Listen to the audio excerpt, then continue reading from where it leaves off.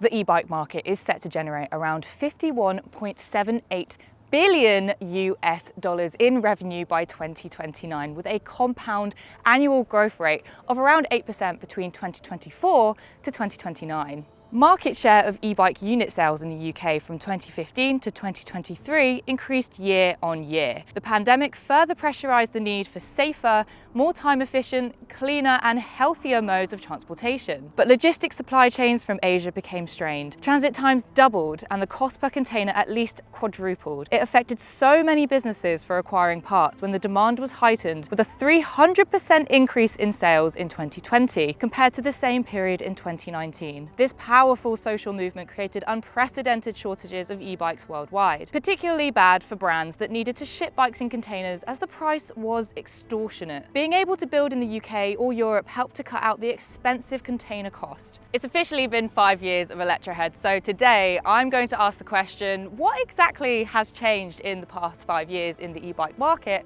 and what needs to happen next?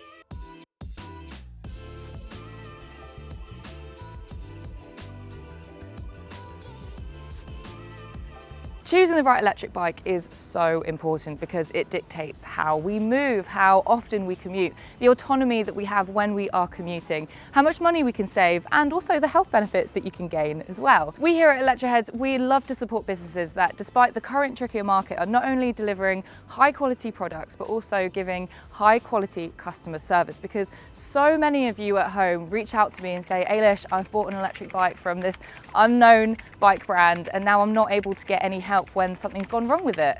And we get it. So as part of today's video, I'm not only going to be giving you my 5 top tips on how to choose the right electric bike for you, but I'm also going to be talking about a brand that have repositioned themselves in the market to move from the lower end of the market to creating higher quality products with higher quality components and exemplary customer service.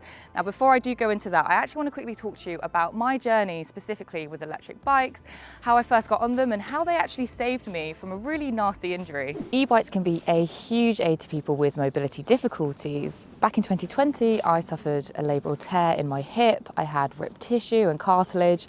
It was awful. And I waited nearly 3 years to get surgery. And in that time, I could barely walk more than 1,000 steps without feeling immense pain.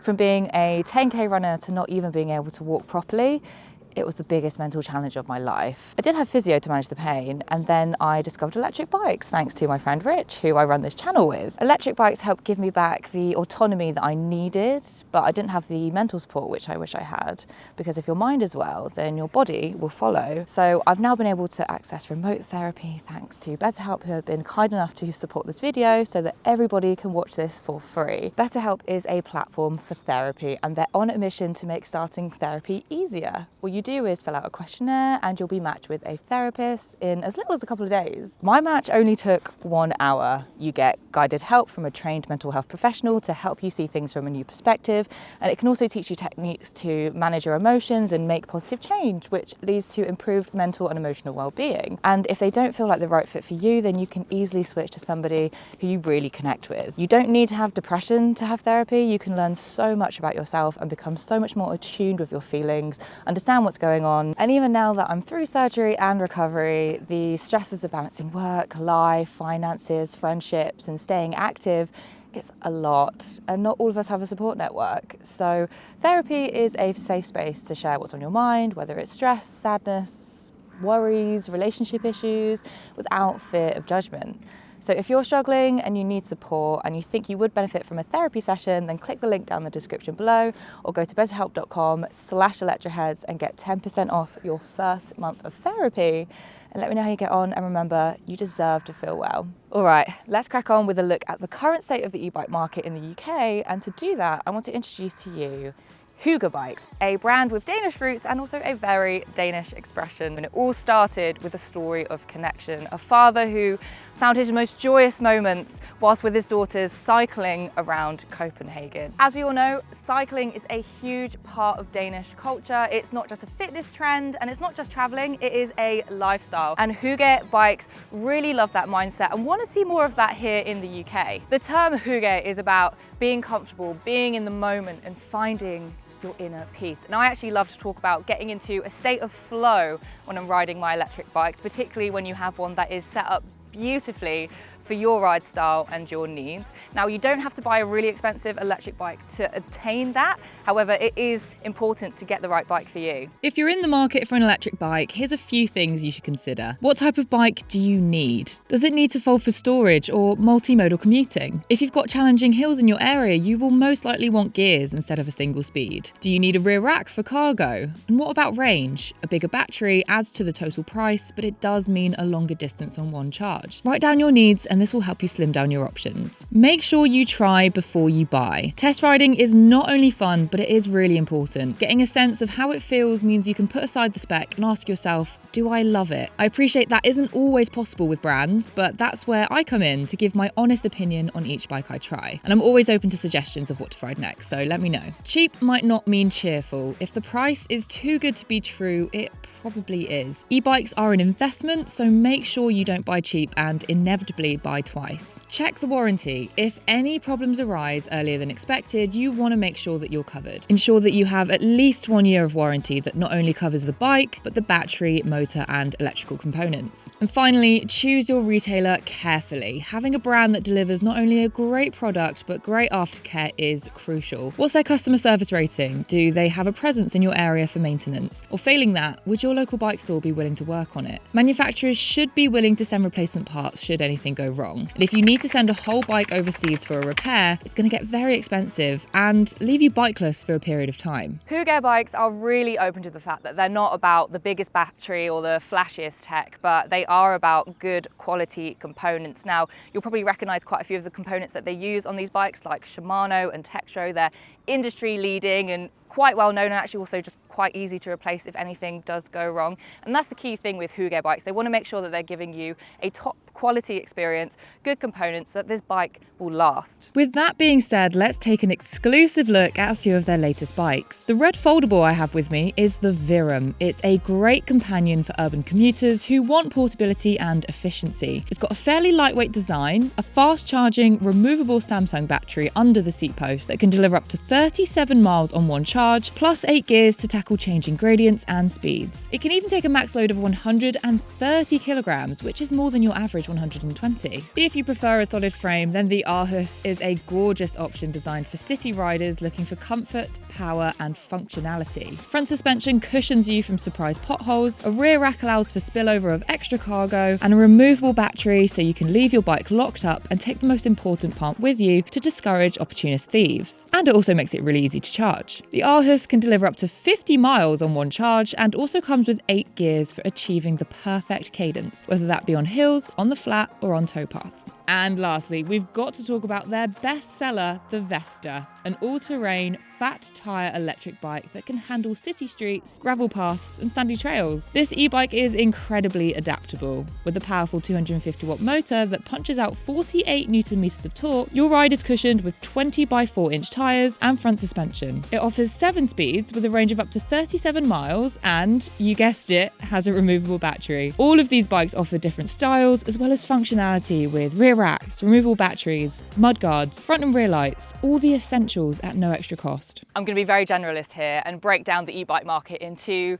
2 brackets. So there's the e-bike bracket of around £1,000 and less, which are the cheaper, affordable side, which might not last you as long. And then there's the 2,000 plus bracket of e-bikes where they are good quality components, they are great bikes. However, it does price out certain people. So Hygge want to make sure that they're basically able to deliver that £2,000 plus e-bike, but at a more attainable price. Think of your Cowboys, your Estalis, your Temples, but at much more affordable cost. So to contextualize why Hygge is important to this story, I think we should take a look at what's still holding the e-bike market back after about 5 years of me being here at Electroheads.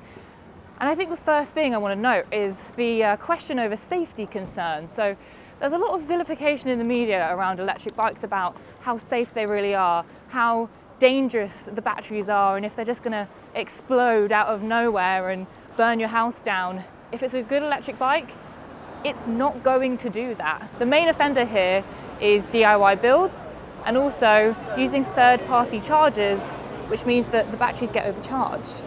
and therefore can create thermal runaway. Another problem is cost. Whilst the cost of an electric bike obviously can be reasoned with the amount that you save over time by not having to get the bus or the train, the cost can just be overall off-putting for many people. There's also an issue around education because these are a fairly new product compared to something like a car. There's not much education around them, and so therefore people lack the confidence with their purchase, but we're here to change that. Infrastructure is also a big one. Now you can see me currently riding on a cycle lane, and we just need more of these in our cities because although it is improving, for people who aren't confident with bikes and people who want to get on bikes, having infrastructure like this really gives people the confidence and the autonomy to jump on their bike and go. So in a market flooded with brands and products, it is really important on our part to shine a light on the good brands and the good products, and to also talk about how we can solve those issues. And of course, a key thing here is accessibility. Hygge is the only non-decathlon brand whose customers can access Decathlon's service network because they've seen what Hygge is doing and they believe in their product. Hygge is available in a whole host of high street stores like Decathlon, Currys and Mountain Warehouse. But further afield in Europe, they've rolled out their presence and continue to do so to make sure that anyone who buys a Hygge bike has a nearby trusted service partner to keep their bike running. They've also partnered with Bikebook and Fettel, two digital platforms where customers can book servicing with local mechanics.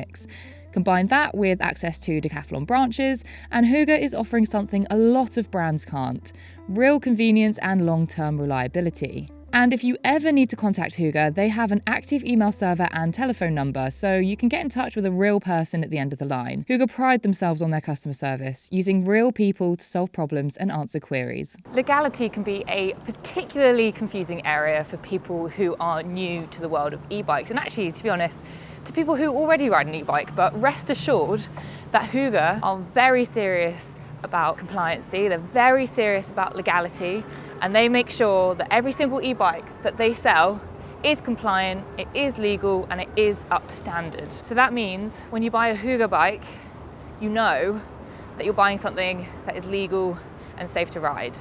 Now, I don't know if you guys saw the Panorama episode about whether e-bikes are the scourge of the streets and what we should do about them. And to be honest, it was just quite upsetting to watch really, because they really focused on the negative sides of e-bikes, where there are so many positive things that we can talk about. And brands like Hygge are exactly who we need to be talking about. Hygge have also teamed up with Bikmo. They are an e-bike insurance company to make sure that if you want to insure your ride and make sure that you are covered, then Bikmo is the one to go for. Hygge are basically just trying to make the whole process as simple and as easy as possible. At the end of the day, Hygge bikes need to feel like Hygge. They need to feel secure, comfortable, stress-free. As a customer, it can be really tricky to decipher whether or not the price that you're paying for your bike, well, is it actually worth it? Are you getting your money's worth? But with Hygge, the price to component ratio is of a very high standard. They haven't opted for lowest spec to cut costs, and they haven't added any proprietary tech, which means that if there are any issues down the line that local mechanics can't access it. Hygge want to make sure that they are covering every aspect of the sale, whether you're thinking of buying, whether you are currently in use, whether you have a bike that needs repairing, or even insuring. They want to give you the best experience possible. With so many options out there in the current market, it can feel like a bit of a minefield choosing the right electric bike for you, but I hope today's video has helped you with some top tips that I have and some golden nuggets of information to help you on your journey to finding the right electric bike. Now, my plan is to do an in-depth review of each one of these electric bikes. So if there is one in particular that you like the look of, then let me know down in the comments, and let me know if you are riding an e-bike right now, which one do you have? Do you recommend it? Do you love it? Are you interested in the Hygge brand? Let me know more. And anyway guys, hope you enjoyed the video. Give it a big fat thumbs up if you have, and hit that subscribe button if you're new here, because if you're still here, then you're definitely an Electrohead. And I'll see you for the next one.